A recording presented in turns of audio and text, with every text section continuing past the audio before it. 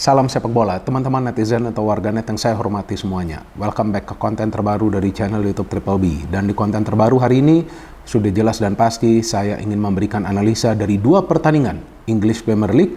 Yang pertama antara Manchester United versus Fulham, yang berakhir untuk kemenangan Fulham dengan skor 1-2. Gila gak tuh? Jujur saya gak nyangka MU akan kalah lagi di kandang mereka sendiri. Dan jika teman-teman ingat, di salah satu konten dari channel YouTube Triple B ketika saya menganalisa pertandingan dari MU, saya tegaskan kepada teman-teman setelah MU menang di kandang Aston Villa bahwa jika MU nanti bisa menang lawan Luton dan juga lawan Fulham, baru kita bisa simpulkan bahwa Manchester United telah mendapatkan performa terbaik mereka musim ini. Tapi ternyata mereka kalah lawan Fulham, artinya Manchester United kembali ke setelan pabrik seperti awal musim ini. Karena di awal musim juga MU banyak mengalami kekalahan. Jadi memang sepertinya Ten Hag punya masalah yang besar di Manchester United. Mungkin dari segi komunikasi dengan para pemain. Karena kita bisa melihat dengan jelas bahwa para pemain MU sama sekali gak kompak di atas lapangan. Tampak mereka tidak bermain sebagai satu unit, tapi mereka bermain secara individu. Memang banyak pemain dari Manchester United yang cedera, iya kan teman-teman? Terakhir yang cedera adalah Højlund, bukan Haaland ya, Højlund dan juga Luke Shaw. Tapi kan kalau kita bandingkan materi pemain antara MU dengan Fulham, kan jauh materi pemain dari MU itu lebih bagus. Ya kalau mainnya gak kompak gimana mau menang? Ini kan beda dengan Fulham yang mainnya kompak.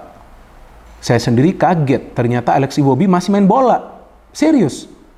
Saya kira pemainnya udah pensiun, ternyata masih main bola dia. Ini kan kalau nggak salah pemain dari Akademi Arsenal ya. Bisa saja dia mencetak hat-trick loh. Banyak sekali peluang dari Iwobi dan ternyata dia yang mencetak the winning goal. Dan pertandingan kedua tentu saja antara Arsenal versus Newcastle, yang berakhir untuk kemenangan Arsenal dengan skor telak 4-1. Ngeri banget nih Arsenal sekarang. Oke lah, mereka baru saja kalah di Liga Champions, tapi itu kan mereka kalah di pertandingan away. Anggap aja lah itu baru half time. Nanti mereka akan bermain di kandang sendiri. Tapi kita bisa melihat kekompakan di antara para pemain Arsenal yang membuat mereka tampil luar biasa lawan Newcastle yang kita tahu bukanlah tim papan bawah. Bahkan Newcastle dalam 4 pertandingan sebelumnya sebelum lawan Arsenal tidak terkalahkan, salah satunya adalah kemenangan di kandang Aston Villa, padahal Arsenal itu kalah di kandang Aston Villa. Tapi sebelum saya memberikan analisa dari dua pertandingan ini, pertama-tama saya ingin menginformasikan kepada teman-teman bahwa saya baru saja membuat channel baru di YouTube yang namanya Triple B Shorts. Nah, Triple B Shorts ini adalah highlight atau cuplikan dari konten yang saya buat di channel ini. Ya, durasinya antara 45 detik sampai 1,5 menit.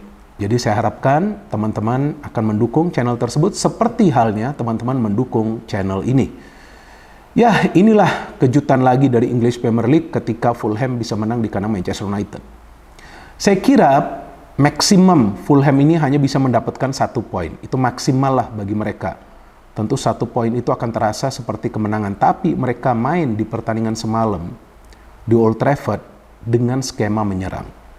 Maka itu jika teman-teman nonton pertandingan ini dari awal, Fulham itu sudah bisa menciptakan banyak peluang.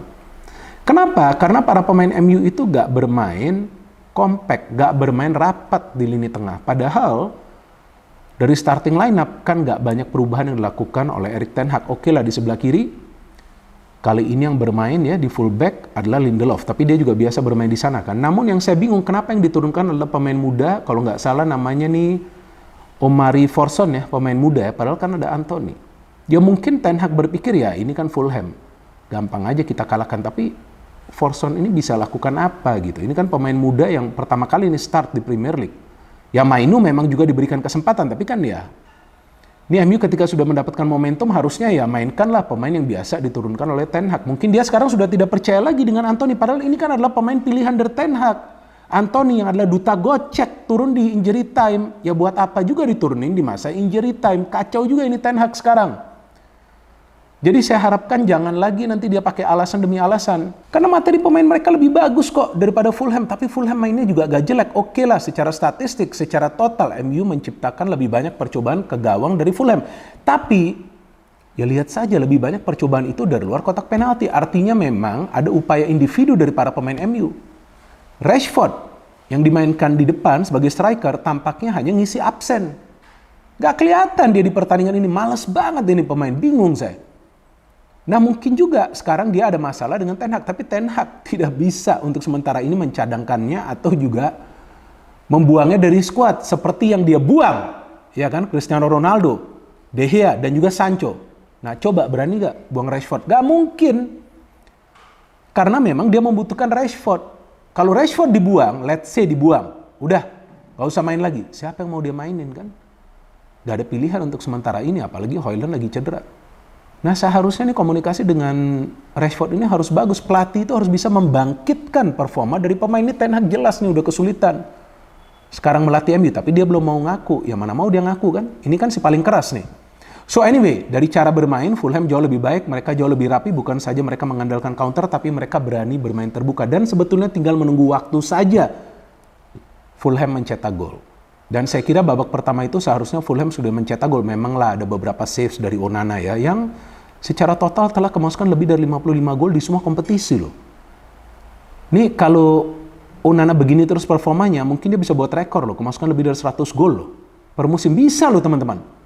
Bingung juga dengan penjaga gawang ini. Jadi pilihan-pilihan dari Ten Hag nih sejauh ini ya siapa sih yang perform? Oke lah Højlund mencetak gol sebelumnya, tapi nggak ada jaminan juga dia akan terus-menerus mencetak gol. Cuman saya lihat dari Fulham, pemain-pemain mereka ini fighter semua di lini tengah ya. Kenapa mereka fighter? Karena mereka betul-betul tidak memberikan ruang gerak kepada para pemain MU di lini tengah. Nah saya agak lupa, maka itu saya mau lihat ada pemain dari Fulham yang mainnya agak keras juga. Ini adalah Pereira ya. Ini kalau nggak salah mantan pemain dari Manchester United nih Pereira ya. Ini bagus sekali mainnya nih. Nah betul kan, mantan pemain dari Manchester United. Justru mainnya di Fulham bagus sekali ini pemain, keras banget dia. Nah saya kira Fulham itu seharusnya sudah mencetak gol di babak pertama, tapi mereka gagal sebelum akhirnya di babak kedua itu mereka mencetak gol melalui Basi yang membuat Onana itu tampak basi, ya kan? Gak bisa ngapa-ngapain dia, padahal syutingnya langsung ke arah dari Onana, keras syutingnya. Tapi ya saya bingung juga para pemain MU di lini pertahanan ngapain gitu. Maguire mainnya bagus, tapi pemain-pemain lain jujur gak jelas. Casemiro lamban, Mainu gak seperti biasa mainnya. Garnacho, aduh Mr. Egois ini, gila maunya syuting terus, gak mau bagi bola. Bingung juga saya dengan pemain ini. Bahkan sebelumnya ada yang mengatakan ini the next Ronaldo. The next Ronaldo dari mana? Ini Ronaldo yang mana nih? Ya kan kacau banget mainnya loh. Shooting terus, Bruno juga sama, maunya shooting terus. Oke lah, kemudian MU lebih banyak menciptakan peluang ya, walaupun mereka beberapa kali kena counter dari Fulham. Bahaya banget nih counter dari Fulham, karena MU kan ya mainnya nih gerasa gerusuk, gak ada koordinasi gimana caranya mau menutup ruang. Oke, MU bisa mencetak gol menyamakan kedudukan, tapi apakah itu tim gol? Enggak. Apakah itu dari teamwork? Enggak. Lagi-lagi Bruno shooting. Tapi karena memang bola itu pantul ya atau rebound, kan Bernd Leno itu melakukan save ya. Bola itu rebound kepada Maguire. Maguire enak banget mencetak gol. Saya kira berakhir imbang, tapi ternyata dari proses counter, ya kan kalau nggak salah Traore itu yang memberikan umpan kepada Iwobi. Iwobi finishingnya bagus banget loh. Tapi yang saya bingung, Onana kok melongok begitu? Ini kan gak jelas reaksi dari Onana. Ya wajar lah Fulham bisa meraih kemenangan. Jadi menurut saya, ini memang adalah hasil yang pantas bagi Manchester United. Mereka gak layak mendapatkan 1 poin pun dari pertandingan ini. Ya tinggal kita tunggu nanti lawan Manchester City seperti apa. Kan kalau dibantai MU lawan Manchester City, saya pikir Ten Hag tidak akan bertahan lama di Manchester United. Mungkin juga sebelum akhir musim ini dia sudah dipecat. Dan sekarang saya ingin membahas pertandingan kedua antara Arsenal versus Newcastle, yang merupakan pertandingan yang sangat seru teman-teman bagi fan dari Arsenal. Karena Arsenal bermain terbuka, kekompakan di antara para pemain Arsenal luar biasa. Mereka nyerang terus-menerus dan mereka bermain kompak. Bukan saja mereka bisa menciptakan peluang dari open play, tapi juga dari set piece. Seperti gol pertama kan, walaupun ini adalah gol bunuh diri. Ketika Gabriel tuh sudah sundul sebetulnya, tapi terkena Botman. Tapi teman-teman lihat pergerakan dari Saka, Odegaard, Kai Havertz, ada juga Declan Rice, ada juga Jorginho, Kiwior di kiri solid, Ben White juga bagus. Arteta tidak banyak melakukan perubahan di lineup. Ya, ada keuntungan juga bagi Arsenal karena tidak banyak pemain mereka yang cedera. Tapi the point is teamwork mereka ini bagus. Ya, kalau teamworknya agak bagus, gak mungkin mereka bisa menang telak lawan Newcastle. Newcastle kan juga bukan tim papan bawah. Dan second goalnya juga bagus kan, Martinelli yang memberikan umpan kepada Havertz. Jadi saya melihat para pemain Arsenal tuh fokus dalam membagi bola dan mencari ruang. Sehingga memang mereka bisa menciptakan banyak peluang yang berbahaya. That's why setelah 2-0, para pemain Arsenal juga gak bermain individu. Bahkan Odegaard ketika sudah dapat bola dari Schär, bisa saja dia shooting, tapi dia coba bagi ke Havertz. Nah disinilah kita melihat metode atau konsep permainan dari Arteta ini sudah dipahami oleh para pemain. Artinya ketika Anda dapat bola, Anda lihat dulu ada gak pemain yang free. Kalau memang tidak ada pemain yang free, maka shooting langsung. Contohnya adalah gol dari Bukayo Saka. Ketika dia lihat kotak penalti itu rame, dia pilih shooting dan bagus shootingnya. Saka selalu mencetak gol dalam 5 pertandingan terakhir Arsenal jika saya tidak salah. Artinya apa? Boleh juga mengandalkan skill individu ketika sudah deadlock. Jangan terus-menerus shooting gitu. Dan juga satu kepintaran dari Arteta, dia mengganti Martinelli memainkan Trossard. Buat apa? Supaya momentum di depan itu terjaga. Karena Martinelli kadang-kadang tuh menurun performanya di babak kedua. Walaupun sebelumnya juga dia memberikan umpan kepada Havertz yang hampir saja Havertz mencetak gol lagi. Sudah 3-0 bukan berarti Arsenal break atau mereka bertahan. Enggak, ini bagus, gaspol terus. Kivior bisa mencetak gol. Gol pertamanya bagus dari set piece. Ya inilah sekarang kehebatan dari Arsenal, bisa mencetak gol bukan saja dari open play tapi juga dari situasi bola mati. Sudah 4-0, bagusnya Arteta mengganti pemain-pemain inti. Betul kan, ada Saka, ada Odegaard yang ditarik, ya kan? Memang dia harus menjaga pemain-pemain intinya. Ya Newcastle bisa mencetak gol, tapi kalau feeling saya atau saya melihatnya ini sih ya keberuntungan juga ya. Kecolongan juga tuh ketika Willock, mantan pemain Arsenal, bisa mencetak gol. Tapi overall ini adalah performa 10 bintang dari Arsenal. Bukan berarti Arsenal akan menjadi juara, enggak. Sulit. City kan menang lagi. Saya gak nonton match dari City. City menang lagi. Ya, saya tidur, saya bangun untuk nonton Arsenal. Wajarlah City menang lagi. Tapi Arsenal luar biasa permainannya. Dan feeling saya Arsenal akan terus pepet City dan juga Liverpool sampai akhir musim.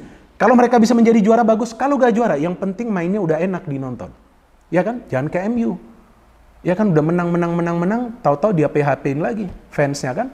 Aneh kan masa kalahnya lawan Fulham di kandang sendiri pula. Jadi sekarang teater impian itu memang sudah berubah menjadi teater neraka. Bukan saja bagi para pemain dari Manchester United, tapi juga bagi para fans. Aneh kan, MU masa sudah sering kalah di kandang mereka sendiri. Kita tunggu saja teman-teman. Pertandingan selanjutnya dari MU lawan Manchester City. Itu adalah feeling saya penentuan bagi Ten Hag. Apakah dia akan bertahan atau tidak di Manchester United musim depan. No hate, no politics, only football. Salam sepak bola.